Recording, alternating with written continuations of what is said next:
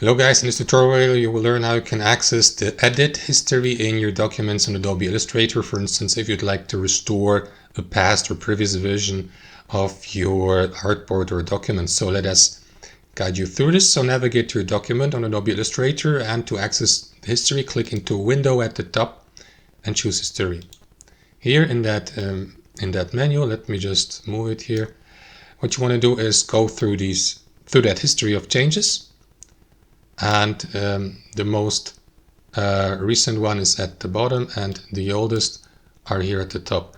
So if you'd like to, let us for instance restore this version here, click into it, and that is going to restore edits and changes that have been made up until this point, and any changes and edits that have been made later than after that